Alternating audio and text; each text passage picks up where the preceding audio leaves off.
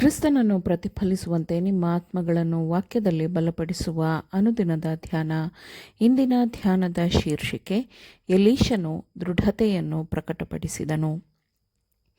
ಈ ದಿನದ ದೇವರ ವಾಕ್ಯ. ಎಲೀಯನು ತಿರುಗಿ ಅವನಿಗೆ, ದಯವಿಟ್ಟು ನೀನು ಇಲ್ಲೇ ಇರು, ಯೆಹೋವನು ನನಗೆ ಯೊರ್ದನಿಗೆ ಹೋಗಬೇಕೆಂದು ಆಜ್ಞಾಪಿಸಿದ್ದಾನೆ ಎಂದು ಹೇಳಿದನು. ಆಗ ಅವನು, ಯೆಹೋವನಾಣೆ, ನಿನ್ನ ಜೀವದಾಣೆ, ನಾನು ನಿನ್ನನ್ನು ಬಿಟ್ಟು ಹೋಗುವುದಿಲ್ಲ ಎಂದು ಉತ್ತರ ಕೊಟ್ಟನು. 2 ಅರಸುಗಳು 2ನೇ ಅಧ್ಯಾಯ 6ನೇ ವಚನ. ಪ್ರವಾದಿಯಾದ ಎಲೀಷನ ಆರಂಭಿಕ ವರ್ಷಗಳು ಹಳ್ಳಿಗಾಡಿನ ಶಾಂತವಾದ ವಾತಾವರಣದಲ್ಲಿ ದೇವರು ಮತ್ತು ಪ್ರಕೃತಿಯ ಬೋಧನೆಯಡಿಯಲ್ಲಿ ಮತ್ತು ಉಪಯುಕ್ತ ಕೆಲಸದ ಶಿಸ್ತಿನ ಅಡಿಯಲ್ಲಿ ಕಳೆಯಿತು. ಬಹುತೇಕ ಎಲ್ಲ ಕಡೆಯಲ್ಲಿಯೂ ಧರ್ಮಭ್ರಷ್ಟತೆಯು ಹೆಚ್ಚಾಗಿದ್ದ ಕಾಲಘಟ್ಟದಲ್ಲಿ ಅವನ ತಂದೆಯ ಮನೆಯವರು ಬಾಳನಿಗೆ ಅಡ್ಡಬೀಳದ ಮನೆಯವರಾಗಿದ್ದರು. ಅವರ ಮನೆ ದೇವರನ್ನು ಗೌರವಿಸುವ ಮನೆಯಾಗಿತ್ತು ಮತ್ತು ಕರ್ತವ್ಯಕ್ಕೆ ತೋರುವ ನಿಷ್ಠೆಯು ದೈನಂದಿನ ಜೀವನದ ನಿಯಮವಾಗಿತ್ತು. ಶ್ರೀಮಂತನಾದ ರೈತನ ಮಗನಾಗಿದ್ದ ಎಲೀಷನು ಅವನಿಗೆ ಹತ್ತಿರವಾಗಿದ್ದ ಎಲ್ಲ ಕೆಲಸವನ್ನು ಅವನು ಕೈಗೆತ್ತಿಕೊಂಡಿದ್ದನು. ಮನುಷ್ಯರ ಮಧ್ಯದಲ್ಲಿ ಅವನು ನಾಯಕನ ಸಾಮರ್ಥ್ಯಗಳನ್ನೂ ಹೊಂದಿರುವ ಸಮಯದಲ್ಲಿ ಅವನು ಜೀವನದ ಸಾಮಾನ್ಯ ಕರ್ತವ್ಯಗಳಲ್ಲಿ ತರಬೇತಿಯನ್ನು ಹೊಂದಿದನು. ಜ್ಞಾನಯುಕ್ತವಾಗಿರುವ ನಿರ್ದೇಶನವನ್ನು ಹೊಂದಲು ಅವನು ವಿಧೇಯತೆಯನ್ನು ಕಲಿಯಬೇಕಿತ್ತು. ಸಣ್ಣ ಸಣ್ಣ ವಿಷಯಗಳಲ್ಲಿ ನಂಬಿಗಸ್ತನಾಗಿರುವ ಮೂಲಕ ಅವನು ದೊಡ್ಡದಾದ ಜವಾಬ್ದಾರಿಯನ್ನು ನಿಭಾಯಿಸಲು ನಂಬಿಗಸ್ತನಾಗಿ ಸಿದ್ಧನಾಗಿದ್ದನು. ದೀನತೆಯ, ಸೌಮ್ಯತೆಯ ಚೈತನ್ಯವಿದ್ದ ಎಲೀಷನು ಬಲವನ್ನು ಮತ್ತು ದೃಢತೆಯನ್ನು ಹೊಂದಿದ್ದನು. ಅವನು ದೇವರ ಮೇಲಿನ ಪ್ರೀತಿಯನ್ನು ಮತ್ತು ಭಕ್ತಿಯನ್ನು ಕಾಪಾಡಿಕೊಂಡಿದ್ದನು ಮತ್ತು ಅನುದಿನದ ತನ್ನ ವಿನಮ್ರತೆಯ ಶ್ರಮದಲ್ಲಿ ಉದ್ದೇಶದ ಬಲವನ್ನು, ಗುಣಸ್ವಭಾವದ ಉದಾತ್ತತೆಯನ್ನು ಹೊಂದಿಕೊಂಡನು. ಅವನು ದೈವ ಕೃಪೆಯಲ್ಲಿ ಮತ್ತು ದೈವ ಜ್ಞಾನದಲ್ಲಿ ಬೆಳೆದನು. ಅವನು ತನ್ನ ಮನೆಯ ಕರ್ತವ್ಯಗಳಲ್ಲಿ ತನ್ನ ತಂದೆಗೆ ಸಹಕರಿಸುತ್ತಾ ಅವನು ದೇವರೊಂದಿಗೆ ಸಹಕರಿಸುವುದನ್ನು ಕಲಿತನು. ಅವನು ತನ್ನ ತಂದೆಯ ಸೇವಕರೊಂದಿಗೆ ಭೂಮಿಯನ್ನು ಉಳುಮೆ ಮಾಡುತ್ತಿದ್ದಾಗ ಎಲೀಷನಿಗೆ ಪ್ರವಾದನಾ ಕರೆಯು ಬಂದಿತು.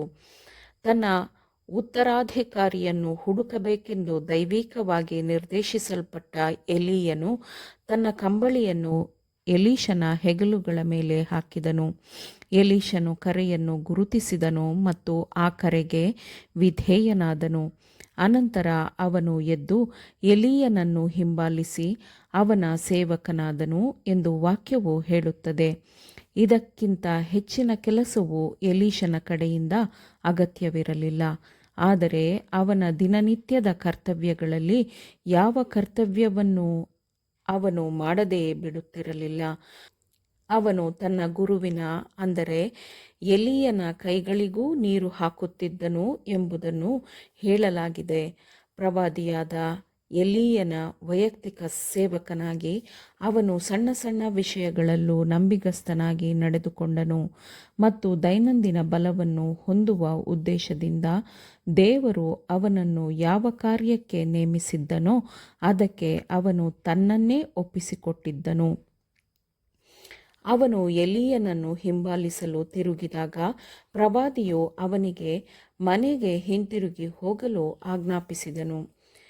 ಈಗ ಎಲೀಷನೇ ಕರೆಯನ್ನು ಸ್ವೀಕರಿಸಬೇಕೋ ಇಲ್ಲವೋ ತಿರಸ್ಕರಿಸಬೇಕೋ ಎಂದು ತೀರ್ಮಾನಿಸಬೇಕಿತ್ತು. ಅವನಿಗೆ ಸಿಕ್ಕ ಅವಕಾಶದ ಮೌಲ್ಯವು ಅವನಿಗೆ ಅರ್ಥವಾಗಿತ್ತು.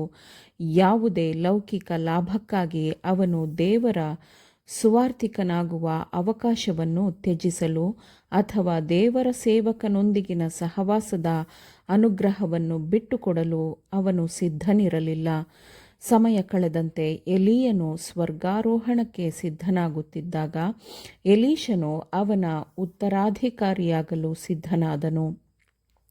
ಮತ್ತೆ ಮತ್ತೆ ಅವನ ನಂಬಿಕೆ ಮತ್ತು ಅವನ ದೃಢ ಸಂಕಲ್ಪವನ್ನು ಪರೀಕ್ಷಿಸಲಾಯಿತು.